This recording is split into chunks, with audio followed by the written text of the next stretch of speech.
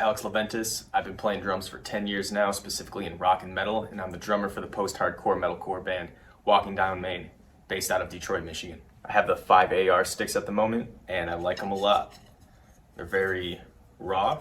They feel super comfortable in the hand, no extra glazes, no extra stuff, just straight to the point, and just an overall really good high quality stick. A couple things I like about Collision specifically are their customer service. The customer service is great.